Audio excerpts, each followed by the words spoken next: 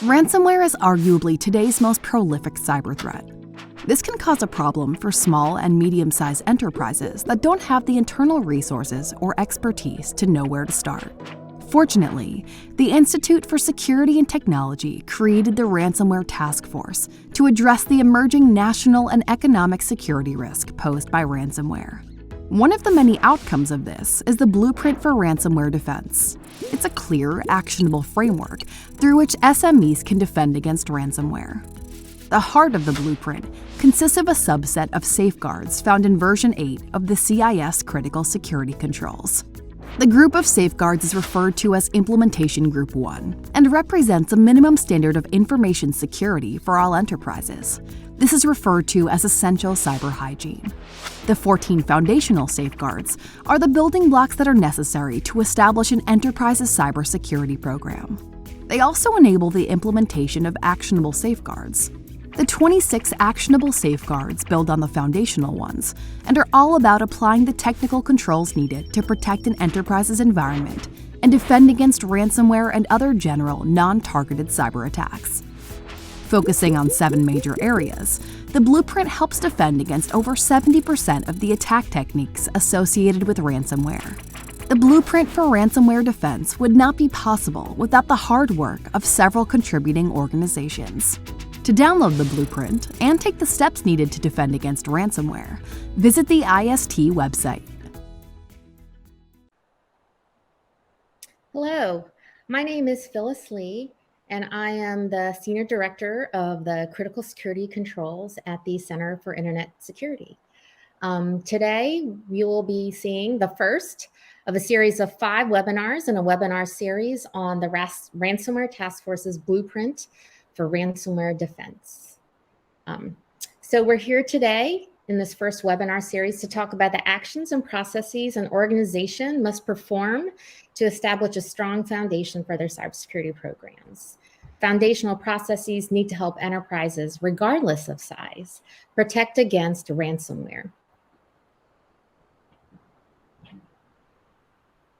So what we want to do with the blueprint is focus on small, medium enterprises. When we got together, we really wanted to help those organizations that may be resource constrained and find it difficult to implement a cybersecurity program.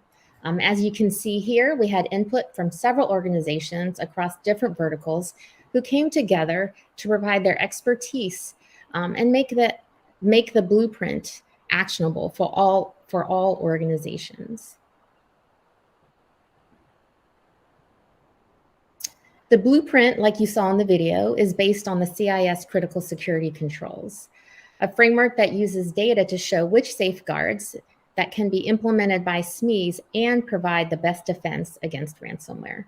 While 40 safeguards may seem a lot to many organizations, especially small ones, through our webinar series, we want to show you that really is manageable and, of course, necessary. Many organizations, regardless of size, find it intimidating to get started when implementing a cybersecurity program. Today, we want to show you how and encourage you just to get started. The blueprint isn't about passing or failing on any one of our recommendations. What we want you to do is just get started, iterate, and improve over time. So what you'll see here are myself, Aaron, Davis, and Ken will provide some brief intros later. And what is the goal of today's session? Really, we want to know how ransomware attacks actually infiltrate networks and how we can best defend against those attack vectors with foundational safeguards. Many of these foundational safeguards are arguably some of the hardest ones to implement for any enterprise, regardless of size. However, these are the safeguards that every organization should implement first so they can build upon their cybersecurity program. Here, you'll see the links in which you can get the actual paper as well as some additional resources. And we'll put those later accessible to everybody, as well as the slide deck. So thanks again for joining us today. I'm joined by Aaron McIntosh from ActZero, Davis Hake from Resilience, and Ken Jenkins from Security Scorecard. So thanks everyone for joining us today. Can you please tell everyone about yourself and why you joined the RTF? Aaron? Thanks, Phyllis. So my name is Aaron McIntosh. I'm the Director of Product Marketing at ActZero. ActZero is a managed detection and response provider, and we focus on helping small and medium-sized enterprises. And why did we come to the call? We see what happens every day with small, medium enterprises. We see the struggle that they often go through with, lack of resources, lack of timing, and just, they're trying to push their businesses ahead. So a lot of the frameworks that were available out there had, 80 controls, 100 controls. They were confusing. So we saw an opportunity to come in and help. We see how ransomware is affecting organizations. We have a very good sense of what people needed to do to protect themselves, and we were so happy to join this, to be able to really bring down to those 40 controls and be part of that conversation. And we look forward to the outcomes of that as those organizations work with groups like ours. Thanks. Davis? Thanks for having us and for hosting us, Phyllis. My name is Davis Hake. I'm one of the co-founders of Resilience. We provide cyber resiliency services, including insurance, external technical visibility, and cyber hygiene services. We've been lucky enough to be one of the founding members of the Institute for Security and Technology's Ransomware Task Force now for going on 2 years. And this really reflects, from the insurance market, the real problem that ransomware has presented as we've looked to provide coverage for our entities. So early on, we were very interested in trying to join efforts with companies like Security Scorecard, like CIS, and like others on the task force to try and look for, larger, more economic, strategic ways to try and push back against these levels of attacks. And, I'm just really proud to have a partner like CIS to help us roll out the blueprint. Looking forward to talking to you guys today. Great. Thanks, Davis. And Ken? Thanks, Phyllis. So similar to Davis and Aaron, I'm from Security Scorecard, and we help contribute to the blueprint for ransomware. And for me specifically, I think the significance of ransomware, it is one of the most single largest impact resilience I've seen in my many years of being within cybersecurity. Just in 2020, over 20 billion was paid out, and that doesn't even account for impact to businesses. So that's just from the ransom itself being paid. So that doesn't include all the resources it takes to counter a threat actor, the negotiation process, the cleanup from the damage, the increase in maybe your insurance, just overall impact. That's not even calculated in that 20 billion. So at Security Scorecard, we have a ratings platform that we use to help companies understand their vendor risk management or third-party risks. Also, we have modules that help them better understand cybersecurity through understand their attack surface. And similar to Davis, we offer professional services that help companies with ransomware, things like penetration testing, red teaming, vulnerability assessments, and of course, incident response. So all those services dovetail nicely into what the blueprint's about, and we're proud to be a part of this journey with CIS. Thanks. So, I believe, Aaron, everyone pretty much knows what ransomware is. It's risen to national importance as well as international importance. Can you just briefly tell us and refresh our memories, what is the goal? Why is it so important? Why is it so pervasive? And what are those main ways in which organizations are getting compromised? Yeah, it's unfortunate that ransomware has become pretty much part of the daily conversation around business. I'm hoping that any of you on the call or listening in later on haven't been personally affected, either yourself or your business. So generally, there are a couple different reasons why ransomware exists. One, and quite frankly, the reason we all, or the reason people most think of it is easy access to funds. So organizations that are literally going out and broadcasting their malware and other types of entry points into organizations and just hoping that somebody will bite if they can shut them down and pay. And, a lot of organizations think that paying the ransom is the best way to go. And I say with abundance of caution that might not be. But a lot of people think that's the quickest way they can regain access to their files. The second way, and the second kind of purpose of ransomware is disruption. It may be a rogue employee. It may be somebody who used to work for your organization, someone who hasn't liked a decision your business has made, and they could really care less about the money. It's more about causing you as much pain as possible, disrupting the business and seeing if they can generate a headline out of that. Now, in terms of how they're getting into your organization, there are many, many ways. The most popular is through phishing. And that's really preying upon the end user or the security awareness of the users in your organization to not click on that link, not download that email attachment, not browse the sites that they probably shouldn't be on in the first place. Because as soon as they click on that or they download that file and that gets into your organization, they can activate it and really take over the computer, take over the network and shut you down. Another way is poor USB control. At some point, malware has been injected into a file and it's been sitting there, and it gets shared around an organization via email or most likely USBs. Email servers are pretty good at picking up things. USBs, not really. That just gets passed organization to organization, maybe even to a client or a partner organization. And so we always tell people, look at locking those down as well.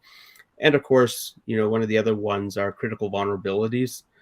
Constantly, you'll see these in the news. Software updates. Microsoft has Patch Tuesday, the second Tuesday of every month. If you're not on top of patching at the recommendation of your software provider or your MSSP or your MSP, whomever might be giving you that guidance, the adversaries are counting on the fact that you're probably not going to take action sufficiently, and they're going to be looking for those entry points. So that's one of the ways they do get in as well. So in terms of what can businesses do, and that's why we're here today, is talking about knowing your environment, knowing where to apply controls, where you need them the most. And that starts with things like inventory. Yeah, it's a painful process, inventorying devices, especially the larger the organization you are, but it's an absolutely critical part of your success in blocking against ransomware. Again, your adversaries are expecting you not to know every device, not to know all the VMs that you happen to have available up in the cloud, and as well it comes into things like identity access control, which we'll talk about here in a few moments. And of course, when it comes to processes, you really have to place importance around process, and that really comes down to hygiene. You can't go with a set it and forget it process. You need to be constantly vigilant, making sure that you're double checking your strategy, making sure that you're updating your inventories on a regular basis, making sure that, as employees leave the company, you're wiping those controls. As new ones are coming in, you're strengthening the controls around those. And you're doing the due diligence by looking into the dark web or looking into places where you might have some access control leaks. And we'll talk about this a little bit later on. Thanks. So Davis, I'm sure you have a lot of data over at Resilience. So from your perspective, from a cybersecurity perspective, what do you see as the top ways in which organizations can protect themselves? Yeah, no, Aaron's feedback is great. And his comment about poor USB control reminds me about a time when I was Homeland Security and we were running a demo for White House staffers. And we thought that we had left a malware infected demo thumb drive in the White House, causing the Secret Service to quite a panic. Luckily, my engineer had it in his pocket, but we always forget about USBs, right? Like those little things, you leave them around and they cause a lot of people to freak out. Yeah. But, actually more than just these specific controls, right? We have been concerned in the insurance industry about losses. So while it's been fascinating coming from the security side, where we're very much concerned about what specific things are we doing? What does the kill chain look like? The insurance industry is, always concerned about what's the cost. And so they oftentimes have to be very focused in what they ask. And prior to the pandemic, you saw a lot of insurance companies looking at the largest costs that companies were incurring from data breach and data breach liability specifically. So there was big concern about What would make a company vulnerable to a lawsuit for negligence through the loss of customer data? That all changed prior to the pandemic as ransomware started moving more towards a ransomware as a service model, which allowed actors to start lowering their cost and raising their pain, which also correlated with an increase in price and damage to the companies. When the pandemic hit, of course, it was a perfect storm. And as everybody moved to a work from home environment, attack surfaces of companies just exploded out laterally. And so you saw this huge wave of ransomware start hitting insurance claims. And that shifted underwriters to move their flashlight away from controls like encryption, data classification, data access controls, more towards things like MFA, EDR, and backups, right? Things that would stop a ransomware actor from encrypting that data. But part of the problem with this, and one of the interesting things about the insurance market, is that they continue to look for things that are, what you almost call like a smoker question on life insurance, right? They're trying to figure out what is that one thing that is most predictive of pain or loss. And unfortunately, cyber doesn't really work that way, right? Like cyber is something that is driven by a human adversary where they're always going to be looking to defeat your controls. So we thought it's actually interesting to have a more security-led conversation bringing into the insurance market, right? Where you can look at things a little more holistically and say, you obviously want to worry about an outcome like ransomware, but when you leverage things like the blueprint, which takes advantage of the CIS controls, you're not just looking at controls that are going to be prioritized against ransomware, but these same things are going to help with email fraud, with insider threat, with some young staffer leaving a malware demo USB in the West Wing. These are the types of things that you can't really control for, but that insurers can learn to adapt and learn to ask in that same assessment. And this is one of the reasons why, as an insurance company, we were so interested in being supportive of the Blueprint's effort, because we don't see it just helping our insurers, but we really see it as a great, easily accessible guide for non-technical underwriters that are looking to better understand what's going to be the financial loss of this risk that I'm placing. Thanks, Davis. I love that answer because you really also showed how the insurance industry is evolving. And, we often in cyber always try to compare or try to use things that we in the physical world and apply those to cyber. And I love your analogy with the smoker and really finding that like magical question, because, even though we're in charge of the controls, I often get asked, I know these things are important, but just tell me, what are the top 3 things I can do? What are those top 3 things I can do to help defend? And it's true, just like you said, you have to look at it holistically. And there's many foundational things you need to do first. So, I just love that answer. There's no cheat code for cyber resilience, Right. left, right, oh, you're secure. That's right. So Ken, from a practitioner's perspective, how do you propose organizations prioritize and implement some of these best practices? Yes, I have a couple controls I'll go over, but before I jump in, I want to kind of dovetail on what Davis and Aaron have talked about. Is you got to be very deliberate with a strategy. Like when you're planning for access controls, things like identity access management, understanding what your inventory is. It needs to be well thought out, because you can get down, you can go down a road where you start acquiring tech debt, you start acquiring confusion, and it almost becomes more difficult to go back and fix that than do it right in the first place. So I would say first and foremost, we don't talk about it a lot, but start with a strategy as you're looking at your identity access management and access controls.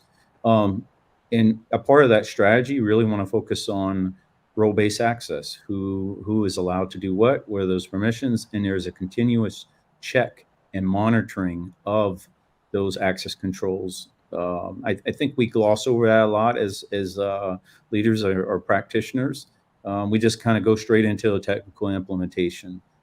So the goal here really is reduce the cost to your company, raise the cost to the adversary, right? So that takes a methodical approach. So in the blueprint that we helped develop, there's safeguards, and there are 4 safeguards that we focus on is the detailed asset inventory, software inventory, data management process, and an inventory of accounts. So instead of giving a list of vendors per se, I would focus on companies within a particular industry and what vendors offer solutions to them. And so a good starting point when I'm asked, hey, what identity access management solutions should I use? And first, it's one that can scale with your team. So the team is going to have certain skill sets. They're going to have certain limitations. So it's not one size fits all. So I would start, I point companies to Gartner. Gartner's trusted source. And they have a wizard or a way to filter down based on your company's revenue, your company size, and industry that you're in. And they have solutions there. For instance, Microsoft's Active Directory may not be the best fit for a small, medium company. They need something a little smaller, or they're very comfortable with it because they have the requisite skill sets. Something like Okta, maybe a small, medium business, very easy to implement that and maintain it. So it really varies by the particular industry but I would start with looking at products related to your industry, related to your size. And the thing is with Forrester or Gartner, they have ratings. They've been through many tests. They've had lots of reviews, and practitioners, can certainly outline, will certainly give feedback on how those perform in certain environments. So that's really where I would start. But you also have to understand not just inventory within your organization, your assets, your software, your data, inventory accounts, but also what about your third parties? We don't talk enough about third party risks or vendor risk management, and they introduce the same level or more of level of risk into your organization as some of your internal controls do. So that's kind of the approach I take. So again, to summarize that, a bit of strategy, having a role-based access strategy, and then understanding the different types of inventories and where your risk lies, and then picking a solution that's appropriate for your sector. Great, thanks. Yep. Aaron, everyone here has talked about making sure you have the appropriate access controls in place. What should organizations consider when creating access policies and processes? I think Ken hit it right on the button. To start out, one, strategy. You need to have a plan. I know a lot of organizations will sometimes fall to what's simple. And that a perfect example is admin rights. A lot of people, small IT teams, they don't necessarily know the apps and solutions that, say, the marketing team needs or the sales team needs. So they'll relinquish admin rights and say, you go and load what you need, you control it. Unfortunately, that, it's a very poor example of role-based identity control, because you've, at that point, almost eliminated it. You should be considering the, file level controls as well. That will help you down the line. Other things, really, it all comes down to good access control policies. Part of that reason is it helps stop lateral progress if, say, credentials are stolen somewhere in the organization, and then they can fake that all their way through. I think one of the other solutions you should take a look at is making sure you have good account takeover protections. Especially as you move into the cloud and you're dealing with considerations in the cloud for, like, GCP, Google Cloud Platform, or maybe using AWS or Microsoft Azure. You need to understand if you do have credential leaks out there, and you need a solution that will detect for that.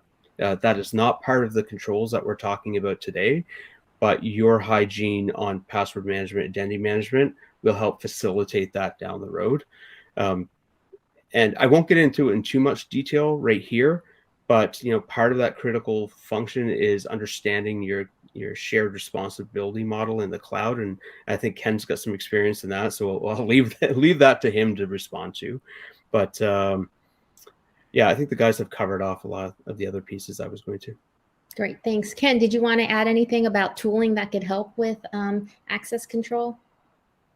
No, I think I'm good. It needs to be appropriate for your business size, your revenue, and what you're comfortable with. There's not one I endorse more than the other. It's just very appropriate to your specific company. Okay, great, thank you. So, so often we hear, oh, an organization was compromised based on something that, perhaps they already should have known about, a vulnerability that was already out there in the wild that perhaps even had a patch. So Davis, as a cyber insurer, when it comes to vulnerability management, what is it that you look for in a company? Yeah, this has become a huge issue that insurers are looking at. We've even started offering policy benefits for insurers that show that they have a strong patching cadence, like with pricing the premium or sublimits. So if you have like a sublimit of 100,000, like can you remove that up to like 5 million? And unsurprisingly, patching rate has gone up through the roof with our clients. When you start telling them like, hey, if you actually fix these common vulnerabilities, you can have a financial incentive. We have had one or two insureds that do not follow the same type of cadence and don't respond when we've done outreach, and it's actually led to a couple of claims through those vulnerabilities, and they've been rather expensive claims for us and the insured. And as you can imagine, neither we nor their board of directors are too happy. So this is quickly becoming like one of the main areas of focus for senior leaders. And as everybody knows, right, like vulnerabilities are kind of like, if anyone's a Seinfeld fan, and Newman talking about the mail never stops, right? Like it's a never-ending goal. And so in order to effectively, you've got to establish a strong process. And more so than just asking a company, do you patch critical vulnerabilities? You have to look for that strong process. And I think more savvy insurers understand that it's not just how quickly do you remediate critical vulnerabilities, but they want to see, do you have a plan that differentiates between business critical or customer facing applications and internal support systems? And then how do you have your own service level requirements for uptime? Do you practice, patching based on intelligence that would come from like CISA or the FBI, right? If they're going to be reaching out and warning you that there's an adversary in your industry actively using that, do you have a process in place for taking down critical systems and immediately patching it? And those aren't things that you can really like ask on an application form. So for mid-sized companies that have the money to invest in this, as an insurance provider, we're looking to see, are you able to not just patch the vulnerability, but ensure that you're not going to cause a business interruption claim by doing something hastily or not being organized internally. And so it's validating that you've got a plan in place, you've executed it effectively over the past couple of years, and that your senior leadership is aware that sometimes you're going to need to make a business case to take the site down or take critical applications down in order to hit the fire alarm and do something critical. Wow, that really shows how important it is to have, that strategy in place and have these strong processes in place. Yeah. So Ken, do you have any additional recommendations when it comes to vulnerability management and tools possibly to enable these processes? Vulnerability management is very difficult to keep up with. Just in generally operating system vulnerabilities are a little easier to patch. A lot of times they require rebooting, but that strategy is pretty understood by small, medium businesses. What is much more difficult is third-party apps. That continues to be a problem. Those are, your like legacy Flash and Java and PDF readers and browser objects and toolbars and whatnot. Those still cause concern for many companies. Even the largest of organizations still have a problem with that. I would say when it comes to patching, you want to look for something that is very straightforward for your, again, like with access controls. It's appropriate for your industry. especially if you have apps that are specific to your industry. You want to know that a patching solution can help you with those particular applications. Again, to your workforce, because you can have the fanciest solution there is, but not have the workforce or the talent to actually utilize the solution to its fullest capabilities, and then you end up, again, tech debt, or you're paying for professional services for an organization to come in and help you manage it and continue rolling it out. So that's the strategy I would start with for a small medium business. Talk to your peers in the industry. Hey, what are you using? Revert back to Forrester and Gartner. Ultimately, you have to make that decision. And with scanning and patching or vulnerability management in general, it can be very detrimental if you don't get it right. So that's again, specific to your industry, size of your workforce, and our blueprint really kind of goes into that in depth. Great, thank you. And we know, especially today, many small, medium enterprises may look to MSPs, managed service providers, or MSSPs, managed security service providers. How can organizations use the blueprint when looking to a third party for their IT services? Ken? Oh, yes. So we talked about this as we were preparing for the webinar, and I thought, there's quite a confusion with companies when they go shopping around for services, and we get caught up sometimes. There's managed defense, there's managed security managed service providers, managed security service providers, and then there's companies you have on retainer, right? So when you're shopping for a managed, let's say, service provider, you want to understand, similar to like cloud service providers, what is the shared responsibility model we're agreeing upon? Specifically, if you have a company that's managing managed service providers, it's just going to manage the installation, operations, and maintenance of, let's say, firewalls. That doesn't mean they're going to monitor your logs. That doesn't mean they're going to correlate your events in a SIM. That doesn't mean they're going to have access to your endpoint detection and response solution and aggregate those things for the purposes of monitoring your environment. That's not a given. Those are things you would have to discuss. That needs to be in your statement of work. Needs to be looked at as a shared responsibility model. And then when you're working with managed security service providers, you have to ask them also, what else are you doing? What service are you providing for me? Is it just managing my endpoint detection response? Or are you going to pull logs off of my servers, off of my identity access management solutions? Also, with a managed service provider or managed security service provider, are you going to take action? What are the pre-approved actions we allow you to do that we want you to do on our behalf? What are things that, and in the service level agreement, what are the times from alert from event to incident to taking actions? What do we agree upon? So a way I would recommend starting with that is, again, in your industry, very specific, managed service providers, managed security service providers that understand your unique governance, risk, compliance, or legal requirements in your specific industry. And they can help secure you in a manner where they understand that, they help you keep your accreditation. And then to dovetail into managed services or managed security service, also professional services organizations that maybe provide security assessments like pen testing, red teaming, vulnerability assessments.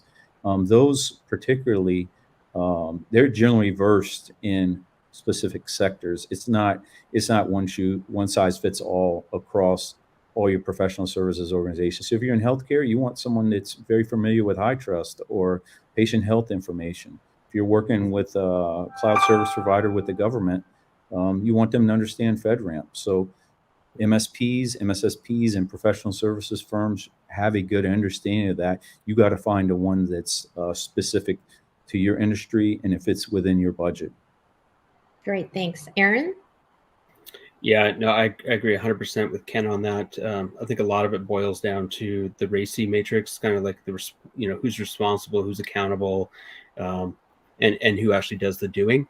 And I think if you look back at the controls, a lot of the reason we built the controls is some of that can be done by your organization themselves. So you should take a really good look at all 40, understand what you can chunk off. If you need access to tools, I know within the blueprint ourselves on the IST website, we actually have a list to a ton of free tools, a mix of free and paid in there as well. So you can take a look at those, understand your position on how many of those controls have you accomplished yourself, which ones do you think you can do. And then you've got this subset of controls that you're probably going to need assistance on.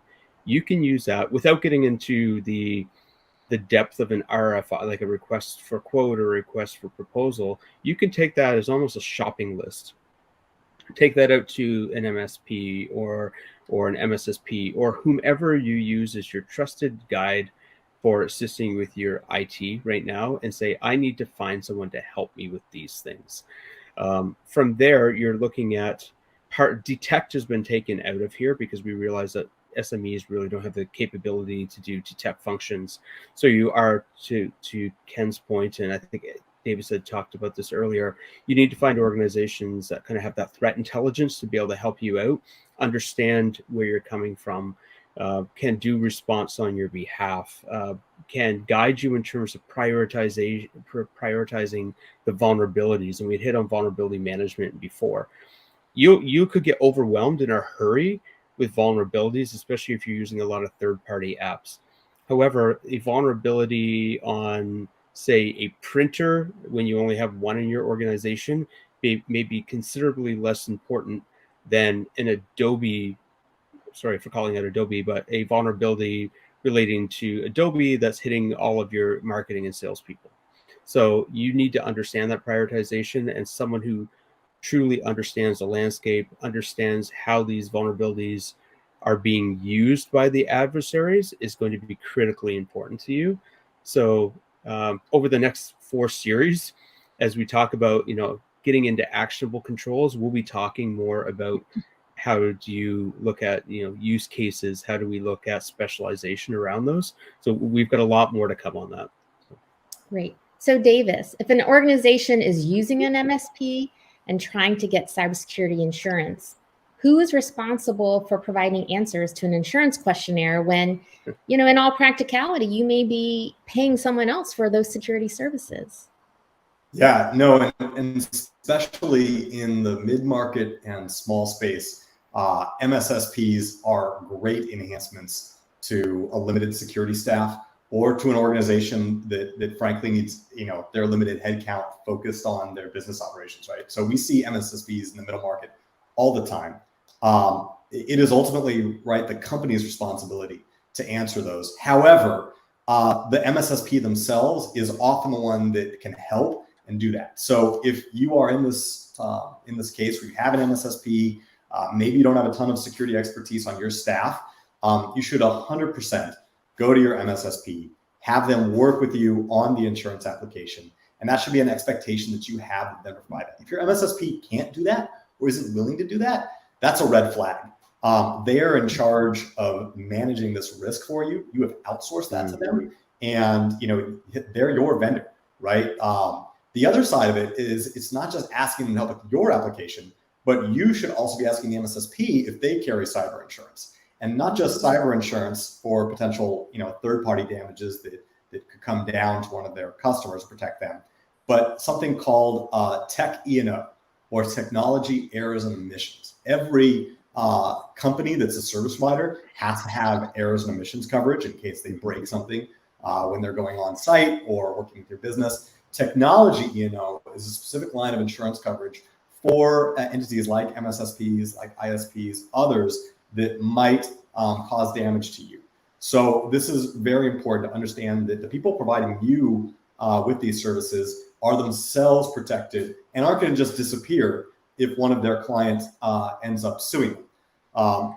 And lastly, when we look at MSPs, we want to see that not only is there answers that are coming from the MSSP, but that somebody on staff has some understanding and responsibility for the risk that they are outsourcing. So, we're not always looking for, the insurance buyer to say, hey, I fully know everything that the MSSP does to protect us technically, but to say that you understand the risk that they have taken and that you understand it enough that you have done due diligence on them. So just what Aaron noted, we have a ton of free tools that are coming out in the blueprint, including a great off-the-shelf vendor management list that you can run down and ask, and is a great defensible answer when your insurance company says, yeah, okay, your MSSP filled this out for you, but do you understand if they're actually doing anything? Do you understand if it's any good? Like, what's the risk of you having the claim?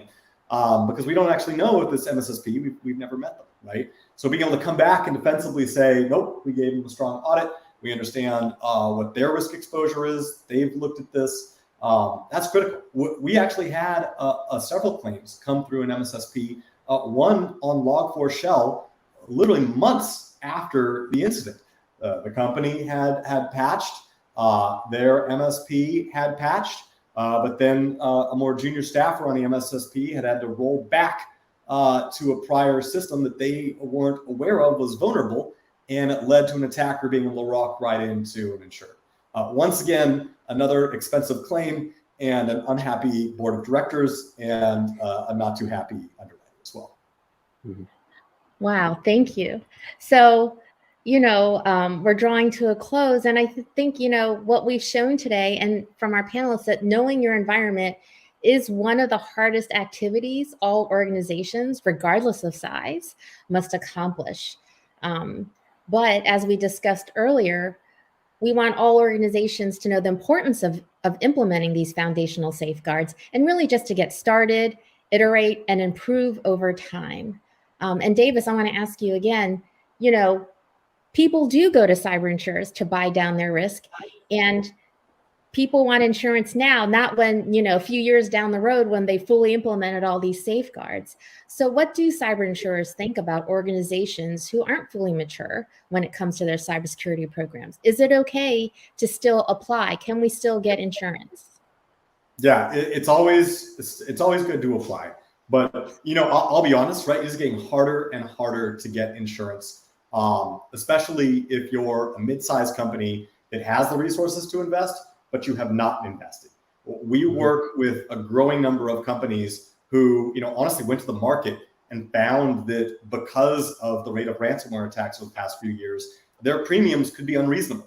Like, $100K in premium for like a $200K sublimited coverage, right? And in this case, right, what a lot of these customers are saying is that they're saying, okay, it's worth me making this investment that I've put off in order to unlock $5 million in ransomware coverage, which I think is an excellent outcome for an organization to start to see some of the larger investments in their digital transformation efforts need to include some of the cyber resiliency.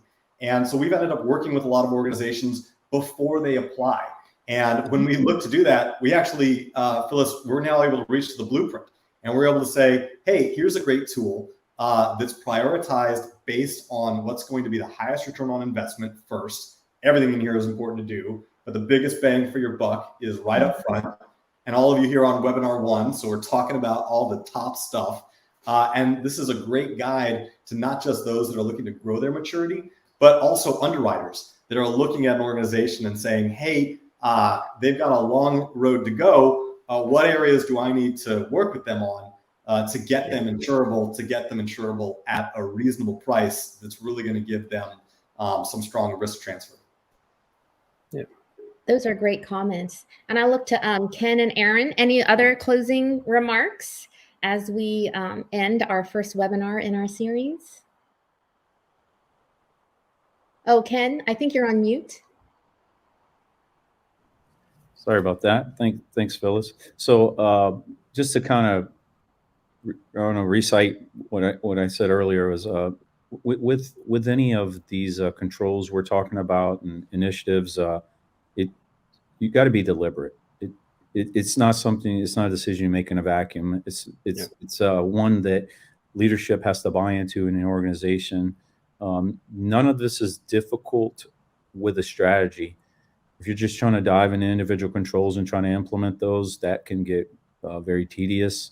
You need to have the company really working in harmony across understanding your threats that you're dealing with, your risks, your third parties. So just being deliberate in how you look at our blueprint, how you review the controls. I think that's one thing this really I like to add emphasis to, I guess. Thank you, Ken.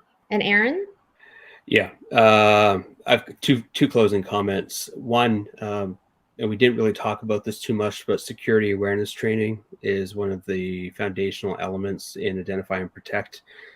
It's often overlooked. It's often kind of seen as an onboarding process where it's like, here's 5 things, check off, sign up, scroll to the bottom, sign it, and pretend you've read it. Unfortunately, that's the way security awareness is trained in a lot of organizations. There's never a comeback other than maybe the annual review of a security awareness training. When in doubt, train all the time. Run it like a fire drill. Build it. Have a really good plan on making sure you get information to people on, phishing training. If you see something in the media that portrays to how your organization runs with a certain app, share it amongst your team. Make sure that they're aware that the risks are increasing. You're not looking at scare tactics. You're looking at awareness. The reason why this is critically important is a lot of organizations know how to handle an incident response to a ransomware attack when the IT team catches it. But if that first kind of episode of ransomware where someone's working on the computer and they get locked, do your employees know what they're supposed to do? Half the time they'll, shut down or they'll try to solve it themselves. Shutting down is always a good step, but do they have a risk and procedures in front of them where they pause and they're immediately on the phone with their IT person or somebody who is the prime in your organization to run those tabletop exercises? So it's a little technical, but to run that incident response if your organization is under attack. Things like that are critically important. We talk to staff, we talk to our employees about the risks and the dangers. We rarely talk to them and reiterate to them the steps they need to take. So do it like a fire drill. Even put posters up around or drop something on the floor that has a QR code, and send them. And I talked about this the other day. And send them just to what's this, and scan on the QR code, and all of a sudden it pops up. It's like, you did the wrong thing here, but let's you're not being punished. But let's talk about what you could have done instead. Talk to them about rogue Wi-Fi access points. You're traveling for business. Don't go to the coffee shop that seems really quaint and join without going through a VPN, for example. So there's lots of things that we can do that seem like we all know, but we don't do them well enough. So spend some time on that. There's lots of guides out there that can help. I think any of our organizations can help you with that, as well as I think we've got some lists of free security awareness training resources on the site as well. Great. And the one final comment I have is, as Phyllis, I think you alluded to earlier, don't worry about perfection. You will build to perfection. Do as much as you can and ask questions to get you over that hump. But don't step back and not do something because you don't think you can be perfect at it. Small goals are always a step in the right direction. Great. Davis, did you have any closing remarks? No, just that I want to thank Phyllis CIS for serving as a lot of the foundation for this discussion. For those that don't know, everybody on here and all the organizations involved spent literally months working through trying to fit that Venn diagram of what we had seen be operationally effective, either in insurance claims or with actual customers like Aaron and Ken, and then also overlaying, hey, what should you do first? What's the biggest bang on investment for your ROI for an SME business specifically? Because this is the area where we have seen over the past 2 years be adversely affected, overproportionally affected from the rest of the population being targeted. Ransomware actors know that limited resources, smaller business margins, both equal their ability to inflict pain, as Aaron talked about. and their primary goal is to spike that pain as fast as possible to try and get a payment. So investing ahead of time, even if your journey is just starting, working through this blueprint, and then leveraging some of the language from this blueprint in the report for explaining to senior executives what you're actually spending their money on, and using some of the stories that you can pick up about peers in your industry, even about insurance claims, right? Taking these as examples for why it's worth the cost to invest in securing your digital transformation efforts is critical. And I just want to thank everybody for joining us today, and our panelists, and looking forward to taking some questions too. Yeah, so thank you, everybody. Thank you, panelists, for joining us. Thank you, audience. And for those of you who are seeing this recorded in the future, please feel free to ask us questions. Even if you're not seeing this live, I believe there's a way on Bright Talk to pose questions, and we will be monitoring that, and we will get back to you. So thank you.